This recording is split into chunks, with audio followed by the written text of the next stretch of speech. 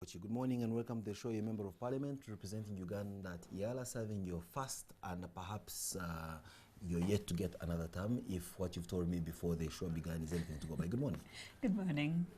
And Honorable Mwine Mpaka, you're a member of parliament representing the youth of Western Uganda. Good morning and welcome to the program. Good morning to you. You believe that the East African Legislative Assembly disenfranchises young people because there are no affirmative action seats in there. Are you proposing an increment of seats as they are today, or are you saying we must cut out part of the cake and gazette it for the youth? Well, I'm proposing that for starters, I'm proposing that we cut out, just like Rwanda is doing. It has slots for the special interest groups, unlike Uganda, Tanzania, and Rwanda, I think, and Kenya, sorry.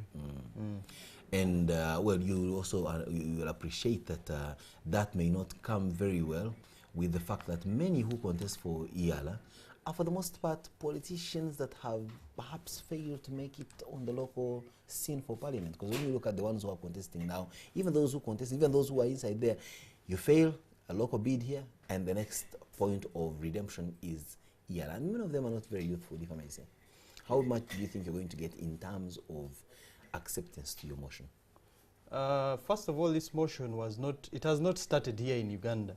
It was delivered in 2015 in Bujumbura by young ambassadors who had gone to attend an East African university debate. So it has not just started now. And yes, we have some candidates who are contesting and are below the age bracket of 30. So it is possible to have young people representing us. But most important of all, the issue of youth representation. Honorable Nakawich is here. The issue of youth representation is very important to us because these are people going to represent our interests. For example, in 2015, the EALA, the honorable members of parliament for EALA passed a regional youth council, which was supposed to be in place as we speak, but up to this date, they are still in the process of making regulations to govern this council. So we need youth representation. The laws governing the East African countries are totally different. When you look at the age bracket for a young person in Tanzania, it is 14 to 35. In Rwanda, it is 35. In Uganda, it is 30. So we need a youth member of parliament specifically to represent us and to streamline the laws governing the youth in the East African community. So Honorable Nakawuchi has been unable to push for that interest because she was not elected on the affirmative action seat, or it is your failure to lobby her to put across those interests because she's a youthful person? She's a youthful person, but she cannot do this alone. Just like we have parliament, even here in your organization, they are heads of department, but the manager can do the job as well. But when you put heads of departments, you specialize, and these people are more effective. So Honorable Nakawich has been representing us well. When they moved the motion to amend Article 50 of the Youth Act, Youth Council Act, I think, she was one of the people, her and Bide, who helped us. And up to now, we are waiting for this youth law to be gazetted. So I hope she can give us more information on that. But she has represented us well, only that we need to reinforce her. Honorable Nakawuchi, it looks like you already have one vote in the bag as you, vie for the next appearance at the East African Legislative Assembly. Let me bring it down to you. You just had a session closing down in Kampala here, and I think you are now doing the last round robin across the region before your term ends for this particular, I think it's third EALA group, so to speak. Let's start from a self-assessment. How do you think this particular EALA has fared in terms of meeting the job that was tasked before you when you began? I thank you, first of all.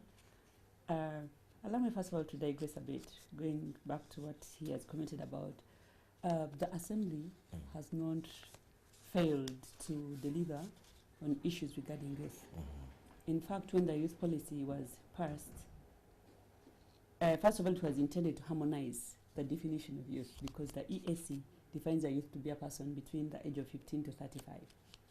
And the policy provided for the establishment of the East African Community Youth Council, I personally came up with a private members bill to operationalize that policy and come up with the East African Youth Council. The bill is before the Assembly and it received overwhelming support. And I'm sure before we come to the end of this term, the third EALA will be able to pass the bill and then have it implemented. Now back to what you asked. As a third Assembly, I know you've been able to achieve. At least that's my personal opinion. Because when I look at the mandate of the Assembly enshrined under Article 49 of the treaty, we have, basically to summarize, we have three roles. One is legislative, the other is representative, and the other one is oversight. And we've ably delivered on all of them.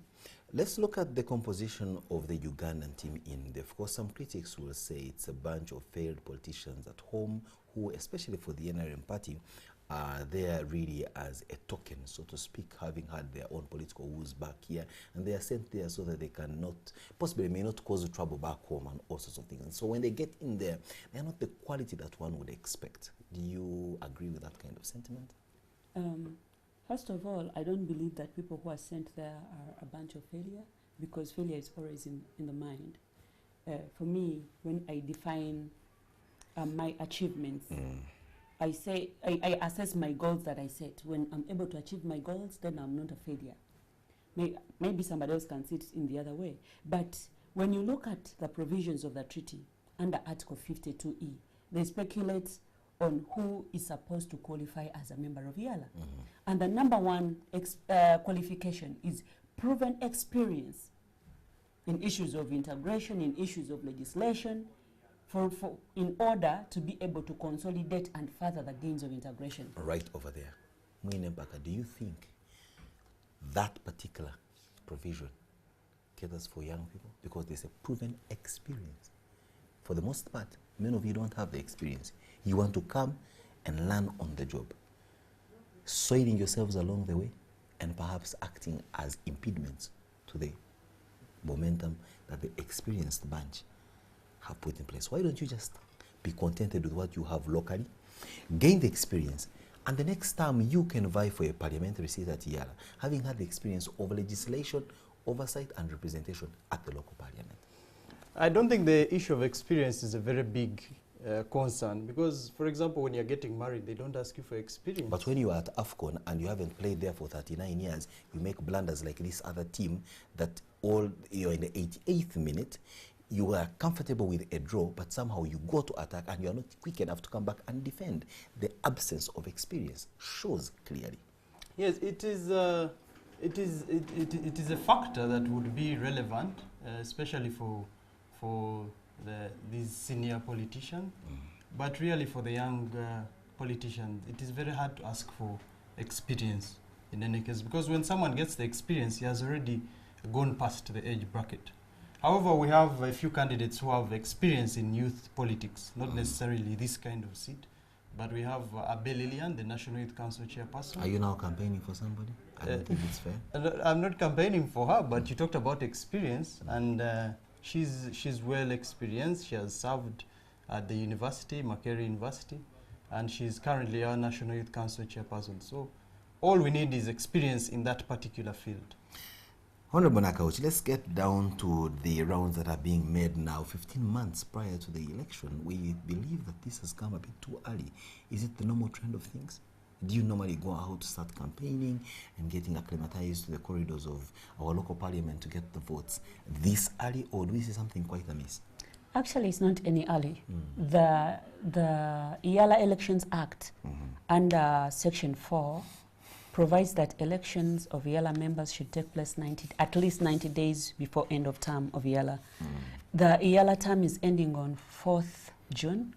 So 90 days before that is March 4th. So the Speaker and the Clerk of EALA have already written to the Speakers of Parliament to make sure that elections are conducted before 4th March. And now we're already coming to the end of January. So basically, elections are most likely to take place in the last week of February. So it's not any early. In fact, it's late. Oh, and how's it going? Mwinepaka made an assertion at some point in our conversation that the politics as he understands it today has become exceptionally commercialized. Do you face the same challenge when you are going in for EALA? Do you have constituencies where people require some bit of inducements, financial inducement? Actually, I would say, since for us we are elected by members of parliament, our constituency is totally different. But in fact, and more demanding perhaps financially.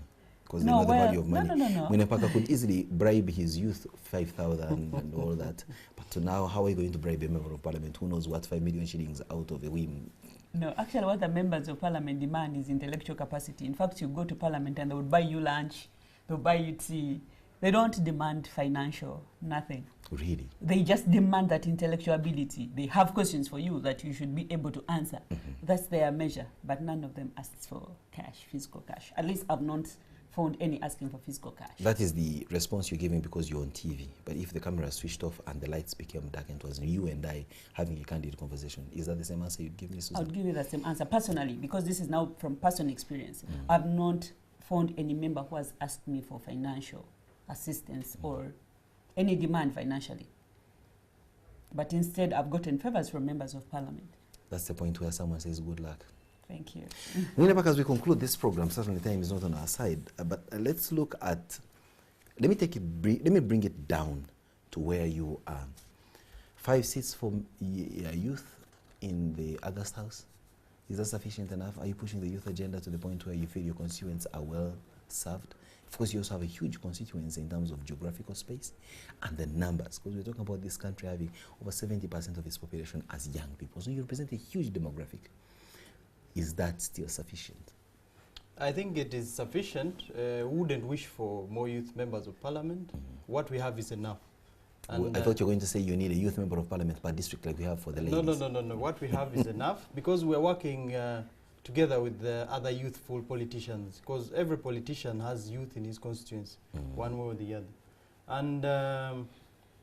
And we have already done a lot. We have pushed for a graduate scheme bill, which we hope is coming next month for the first reading. We are bringing a labor export fund. So a graduate scheme bill, what's that? Our intention was to have all graduates employed by the government for at least 1 year to get experience and to help them position themselves. Are you worried when you look at stories coming from Makerere University where a simple crew of NTV goes there to get sound bites from the students of a university and barely can the bulk of them express themselves coherently in English? Doesn't it bother you?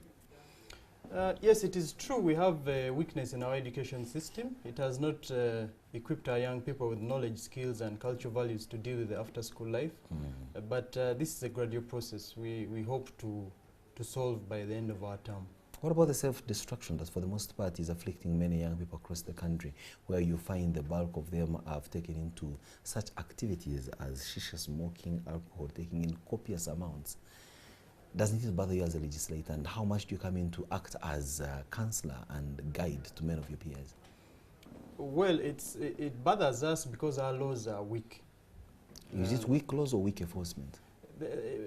Even the enforcement is weak, but the laws are also weak. For example, the human trafficking law in Uganda, once you are arrested, it is 3 months in prison, only 3 months.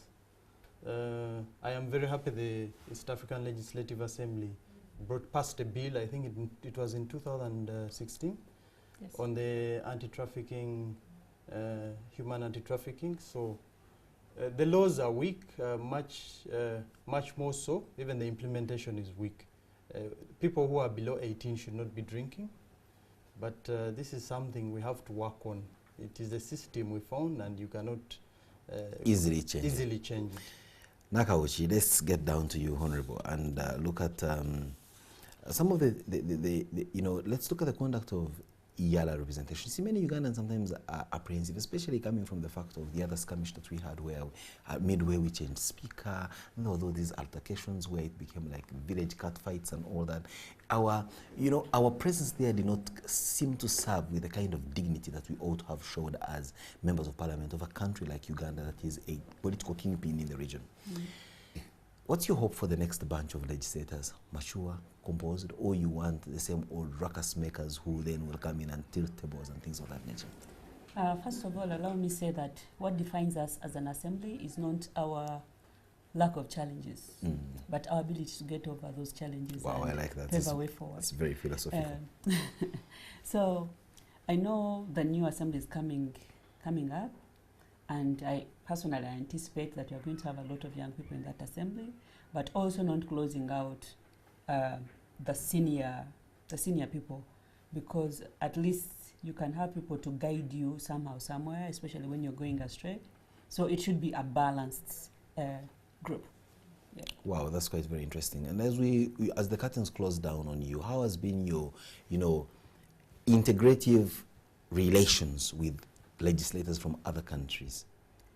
Have you been moving? Of course, everyone comes in with their own domiciled interests. And oftentimes some of these interests can be a bit conflicting. You also have some countries that have got a bit of an exaggerated sense of self-worth. Those who think that because they're on the coastline, they possibly can run fraud over you because you're from the hinterland and things of that nature. Others think they're more formidable democracy than others. And that kind of ego rubbings. How have you been able to do the interpersonal round running to ensure that at the end of the day you are a cohesive body and legislating for the good of the region? Actually, those challenges have been there, especially where you find like some members feel they're more superior than the other. Well, those things you cannot avoid. Wish away quickly. They can be there, but the bottom line is we've had a very good working relationship. When we are there, we are like a family.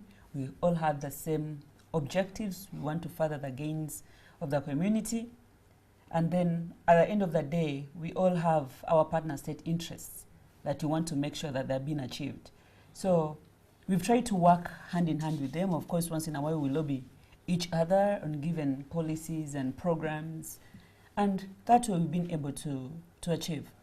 Because you find a member from Tanzania lobbying you over something, and then they'll have to return the favor.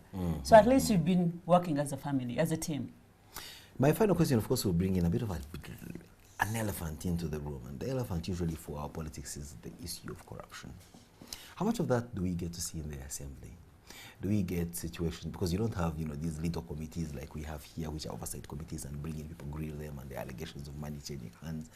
I'm sure, Mpaka, you know very well about such allegations in our domestic parliament. But let's look at the regional bloc. How do you view the malaise of corruption? Because I'm sure it afflicts each partner state in a very difficult and peculiar way.